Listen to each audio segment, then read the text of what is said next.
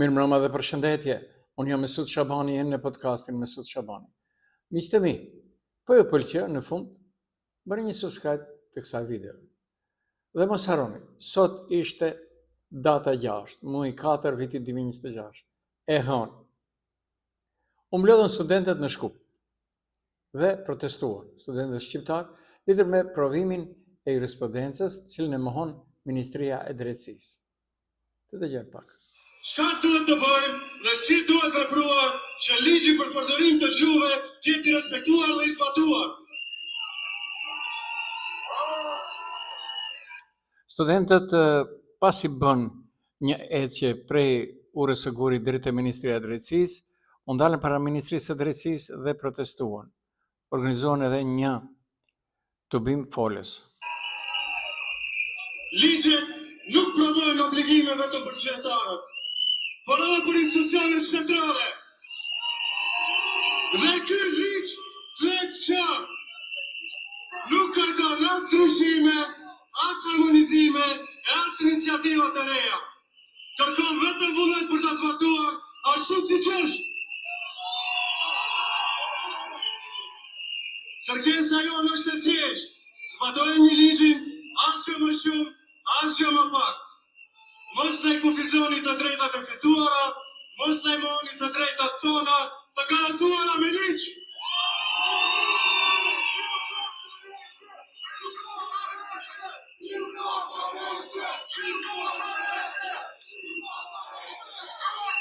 Sot nuk jemi këtu rastësisht. Sot jemi këtu sepse jemi lodhur duke trokitur në përdyrë të mbyllura. Mos na nënvlerësoni, mos na injoroni, mund t'ju dukemi të rinj, po e ardhmja është në duart tona. Po pra, dhe kërkuan ndërheqjen e kryeministrit Mickovski, ndërheqjen e ministrit Fillkov. Pra studentët e bën punën e tyre. Pastaj, siç e priti rendi dhe pat rendi, studentët ja dorëzuan kërkesën ministrit të Drejtësisë Igor Fillkov që provimi i jurisprudencës të mbahet edhe në gjuhën shqipe. Pra sot ja dorëzuan. Sipas studentëve, kjo kërkesë buron nga nevoja për barazi dhe respektim të të drejtave gjyqësore, duke theksuar se dhe një provimi në gjuhën anëtare është e drejtë legjitime dhe në përputhje me parimet e barazisë. Ata kanë bërë të ditës se presin përgjigje nga Ministria e Drejtësisë dhe kanë paralajmëruar se nëse kërkesa e tyre nuk merret parasysh, do të vazhdojnë me aktivitetet dhe protestat të tjera demokratike. Kërkesa për provimin në gjuhën shqipe është një nga kërkesat kryesore të studentëve shqiptar, të cilët prej ditësh organizojnë protesta dhe marshime për realizimin e saj. Në ndërkohë, ka një reagim nga Ministria e Drejtësisë, e cila është dhënë vetëm në gjuhën maqedonishte. Ministria e Drejtësisë reagoi pas protestës së sotme të studentëve shqiptar, duke theksuar se respekton të drejtën për protestë si një vlerë themelore demokratike. Megjithatë, nga ky institucion vlerësojnë se protesta është shoqëruar me përpjekje për manipulim nga struktura politike që sipas tyre për vite kanë kontribuar në gjendjen e sistemit të drejtësisë. Ministria shprehu shqetësime dhe për rolin e një partie opozitare, duke akuzuar për instrumentalizim të protestës dhe përdorim të retorikës etnike për qëllime politike afatshkuese. Sipas tyre, mungesa e simboleve shtetërore në protestë ngre pikpyetje për raportin e organizatorëve me rendin kushtetues. Se përket kërkesave të studentëve, Ministria rithekson se provimi i jurisprudencës zhvillohet sipas ligjit në fuqi dhe se bëhet fjalë për një provim profesional, jo procedurë administrative. Institucion shton se mbetet i hapur për dialog, por brenda kornizës ligjore. Njoftimi i Ministrisë së Drejtësisë është dërguar vetëm në gjuhën maqedonase. Pra, unë tash ndërhyj këtu. Nëse Ministria e Drejtësisë kërkon ka që të valviteshin edhe flamurit e shtetit, atëherë pse nuk e shpërndan vetë këtë njoftim në gjuhën shqipe? Pra, shkelsi kërkon rregulla dhe mbi gjitha e drejtë e protestuesve se çfarë flamuri do ngren. Gjithë flamurit që duheshin. Pse kur ka festa shtetërore në Ministrinë e Drejtësisë nuk ngren edhe flamurin kombëtar shqiptar? 20% që është edhe në atë pjesë ku është Ministria e Drejtësisë. Nuk është okay, por unë vazhdoj më tej. Në përkrahje të protestës studentëve sot në Shkup, janë paraqitur gati se shumë deputet nga Partia Socialiste e Shtetit Shqiptar, shumë deputet nga Partia Demokratike Sali Berishës në shtetin shqiptar, janë paraqitur të gjitha partitë relevante në Kosovë me përkrahje, që është edhe njerëzit faleminderit e kështu me radhë. Por, Ai që më ka befasuar mua, si një pjesëmarrës e viteve të 1981 të protestave të studentëve, është se Akademia e Shkencave e Shqipërisë ka reaguar lidhur me protestat e fundit të studentëve shqiptar në Maqedoninë e Veriut, duke shprehur mbështetjen e saj për kërkesat e tyre për arsimin e gjuhën anëtare. Kjo më ka befasuar. Në një njoftim publik, Akademia thekson se studentët shqiptar të Universitetit Shënkerili dhe Metodi dhe në Shkup të universitetet tjera kanë zhvilluar ditë të fundit një seri protestash paqësore si brenda hapësirave universitare ashtu edhe në ambiente publike të qytetit për të artikuluar kërkesat e tyre legjitime. Më ndala pak sepse tash më dole ky lajm, e kam nga Gazeta KOMK. Nuk besoj se Gazeta KOMK e ka huqur 3 universitetet tjera shqiptare. Okej, sipas këtij institucioni, se Akademia nuk duhet bëj kësaj gafe, Akademia e Shkencave e Shqipërisë është dashur që të shkruajë të 3 universitetet shqiptare. Sipas këtij institucioni shkencor, përmes këtyre tubime, studentët kërkojnë respektimin e një të drejtë themelore, arsimimin në gjuhën shqipe në të gjitha nivelet, si dhe sigurimin e një përfaqësimi të drejtë dhe përmirësim të kushteve të studimit. Akademia Shqiptare vlerëson se këto zhvillime rikthejnë një vëmendje një çështje thelbësore për shqiptarët në Maqedoninë e Veriut. Garantim real të barazisë dhe zbatimin e të drejtave kushtetuese në përputhje me standardet evropiane për përdorimin e gjuhës. Arsimi në gjuhën anëtare është një shtyllë e rëndësishme për ruajtjen dhe zhvillimin e identitetit kombëtar, thotë në reagim, ku njëkohësisht analizohet nevoja që përdorimi i gjuhës shqipe të jetë i lirë, legjitim dhe pa pengesa në institucionet arsimore. Në përfundim, Akademia e Shkencave Shqiptare shpreh solidaritetin e saj me studentët shqiptar, duke e cilësuar përpjekjen e tyre si një drejtë legjitime në funksion të mbrojtjes së drejtave themelore të barazisë në arsim. Ato edhe u përmirësua koha sot. Ta nuk kanë reaguar asnjëherë. Dhe. Pra, çdo gjë ka edhe anën e saj. Të gjitha partitë politike shqiptare në Maqedoni kanë reaguar sot.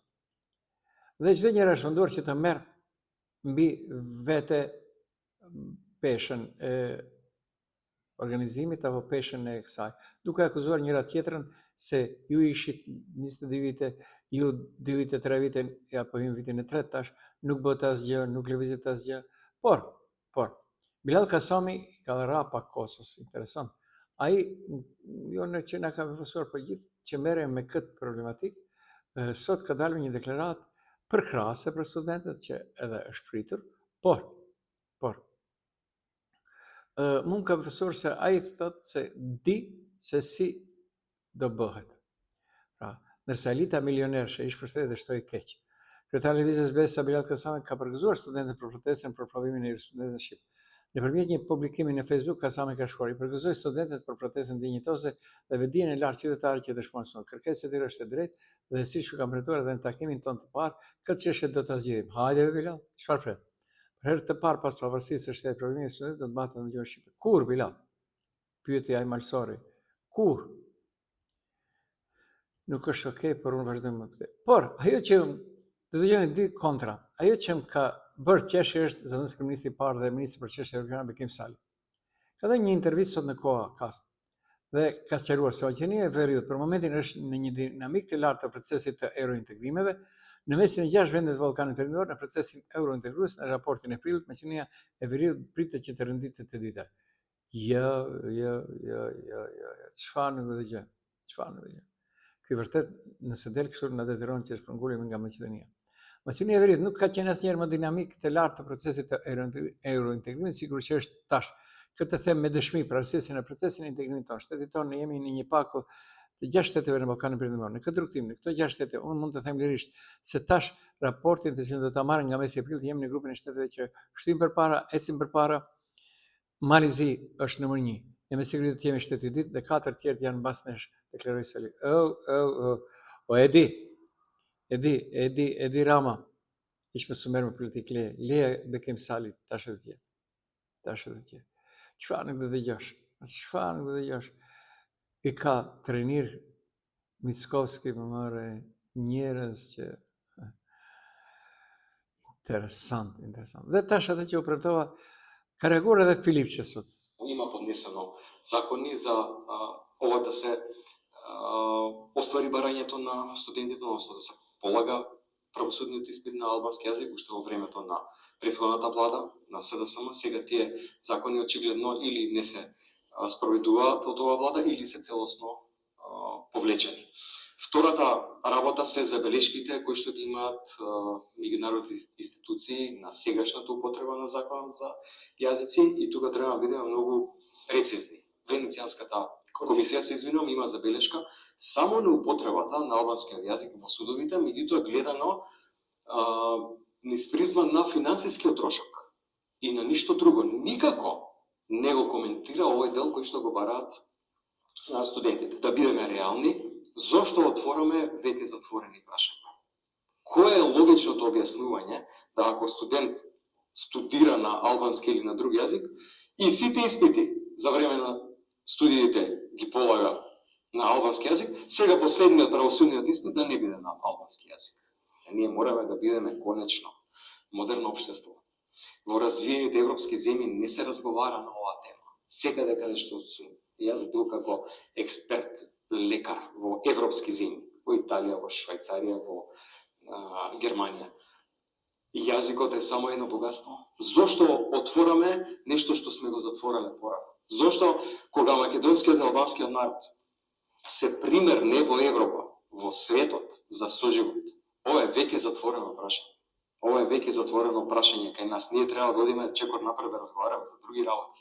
Не како и кој јазик, на кој јазик се полага правосудниот испит. Po pra, e tha më mirë se sa Bilali, e tha më mirë se sa Bekim Sali, e tha edhe më mirë, sepse të gjithë thonë atë, edhe ndërkombëtarët, se ka të bëj Komisioni i Venecias dhe raporti i saj lidhur me përdorimin vetëm në një sferë. Jo në të gjitha, në të tjerat vazhdon të jetë ashtu. Por, pse edhe Ministria e Drejtësisë sot e mohon këtë, se nuk do mbahet provimi në respondencën e gjuhën shqipe, mbetet çështje tjetër. Pra, këtu ka vend për çfarë nuk ka vend, për çdo gjë. Për çdo gjë. Dhe, unë do ndalem pak në atë se si Mickovski, po më mirë të themi, sepse ai kontrollon të gjitha. Kontrollon edhe gjykatën, kontrollon edhe prokurorin tash, kontrollon policinë, kontrollon çdo gjë. Dhe sot ka reaguar Komuna e Strugës lidhur me një padi ndaj mendiqyrës. Dhe unë do reagoj ndryshe. Mendiqyra është e vërtet se erdhi dhe fitoi edhe me votat e VMRO-t të përmes. Kjo është çështje tjetër. Mirë po. Tash mendiqyra, çfarë duhet të bëj Micko? Të varet ti thuash ti trin litar apo çfarë? Kryetari i Strugës mendiqyra po përballet me kallëzim penal për një emërim emergjent në ndërmarrjen publike ujësjelljes dhe kanalizimit. Komuna thotë se vendimi shpëtoi ndërmarrjen dhe difishoi të hyrat, por kjo nuk është vetëm një ngjarje. Më pa, Qiro pa ditë për mos vendosjen e flamërit shtetëror më 28 nëntor 2025 në Strugë. Pra kur ishte festa e flamurit shqiptar. Kohë dhe mënyra aktivizimit të ligjit nga pyetjet, apo përdoret drejtësia si mjet presioni politik. Në një vend ku korridori 8 është betejë politike, çdo veprim i organeve të rendit shihet si mesazh. Ligji mund të ketë bazë, por perceptimi publik është i qartë. Kur nuk je në linjë, ligji të gjen më shpejt. Rasti i fundit ndaj kryetarit të komunës së Strugës, mendiqyra, nuk mund të shihet izoluar. Brenda pak muajsh detia ngritur dy procedura fillimisht për çështjen e flamurit në 29 nëntor dhe u dënua me mjete financiare e tani për emërimin e një ushtruesi detyre në ndërmarrje publike. Zyrtarisht bëhet fjalë për punë të pandërgjegjshme në detyrë. Në letër kjo është çështje ligjore, por në praktik koha dhe mënyra e aktivizimit të institucioneve ngren dyshime të arsyeshme. Sepse pyetja kryesore është kjo: pse tani dhe vetëm pse këtu? Nëse standardi ligjor për emërimet e parregulluara zbatohet njësoj në gjithë vendet, atëherë kemi të bëjmë me shtet funksionar. Por nëse rastet të ngjashme ekzistojnë dhe nuk preken, atëherë kemi selektivitet dhe selektiviteti është politik, jo drejtësi. Komuna e Strugës emëron vendimin me rezultate konkrete duke pretenduar se ndërmarrja është stabilizuar dhe të hyrat janë ndifishuar, por ligji nuk njeh suksesin si zëvendësim për kriteret formale. Kjo e bën rastin juridikisht të diskutueshëm, por jo automatikisht të pasur. Megjithatë, konteksti politik nuk mund të injorohet. Qëndrimet dhe përplasjet rreth korridorit 8 kanë krijuar tension të hapur mes pushtetit qendror dhe aktorëve lokal në Strugë. Në këtë klimë, çdo veprim i organeve të rendit shihet edhe si mesazh politik. Dhe mesazhi që lexohet është i thjeshtë: kur nuk je në linjë me pushtetin, ligji të gjen më shpejt. Pa prova të drejtë nuk mund të pretendohet se kemi ndëshkim politik, por kur veprimet institucionale përkojnë vazhdimisht me momente të përplasjes politike, atëherë dyshimi nuk është më të ri, është perceptim publik. Në fund, kjo nuk është vetëm rasti një kryetari komune, është një test për ata që nëse drejtësia në vend funksionon njësoj për gjithë apo aktivizohet sipas nevojës. Kjo është një realitet. Pra, në ndërkohë, ka dalë sonte dhe pasi u akuzuan nga LSDM-ja për atë se pse Ministri i Transportit dhe Lidhjeve dhe deri para disa kohësh, pra Nikolovski, nënkryetari i VMRO-s dhe Kongresin e fundit, më nuk ka VMRO-ja nënkryetar, kërkon hetim nga prokuroria për prjarjen e parave të Sasha Melkovit për hotelin në Ohër. Ndërkohë që hoteli ish kryeshefit e DSK, Sasha Melkovit, i cili po ndërtohet në lokacionin më atraktiv në Ohër, në lagjen Gorica, po përgatitet të jap dyert për mysafirët e parë. Ministri i Transportit Aleksandr Nikolovski i bëri thirrje prokurorisë që të hetojë prjarjen e parave në cilën ndërtohet objekti. Merrni moment, mbas 2 vjetëve, 2 vjet në pushtet, i bëri thirrje kur e ka kryer tash hoteli, i bëri thirrje prokurorisë që të hetojë prjarjen e parave në cilën ndërtohet objekti. Nikolovski thotë se objekti që po ndërtohet atje është me përmasa më të vogla se sa lejon të dokumenti ndërtimi dhe se ka ekzekutuar plan urbanistik i vlefshëm, shpenzimet komunale në paguar, toka ishte shitur në ankant para 15 vitesh dhe se 3 kryetarë komunë parë kanë nënshkruar leje ndërtimi. Okej. Nga prokuroria publike thonë se veprojnë në pajtim me kompetencat të religjore dhe në bazë të provave të mundshme të dorëzuar për vepër penale ose sipas informacioneve të marra, por jo në bazë të thirrjeve publike. Kjo është ngulitje. Atë që e tham, nuk vlente për mendyqyrën dhe mendyqyrës mirë dhe ja bëjnë. Mirë dhe ja bëjnë. Dini pse mirë ja bëjnë, sepse kërkove për krahjen e Mickovskit, po tash je në vallën e ty. Është një fjalë popullore shqipe, thonë, 1 denar japish para për të hyrë në vallë, pastaj 10 japish për të dalë, nuk mundesh. Nuk mundesh. Pra gjithandej vetëm ngulitje dhe çështje shqiptare patjetër të merren me gjërat të dorës së dytë. Dhe më ka pëlqyer sonte Trump. Mendoni çfarë të doni, do thonë është i çmendur, do thonë është plak, do thonë është matuf, do thonë për shkak aferave të Epsteinit e bën gjithë të. Unë do them edhe ato. Do them një gjë. Shtetet Bashkuara të Amerikës janë në një përparësi të madhe në luftën Iran-Amerikë. Por kalkulohet për disa gjëra të tjera. Trumpi sot e tha, Irani në zhdukën brenda një natë dhe kjo mund të ndodhë nesër.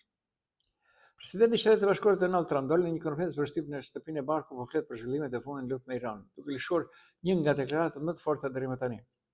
Ai shpreh se Irani mund të zhduket brenda një natë, duke shtuar se një operacion i tillë mund të ndodhë edhe që nesër në mbrëmje nëse merret një vendim i tillë.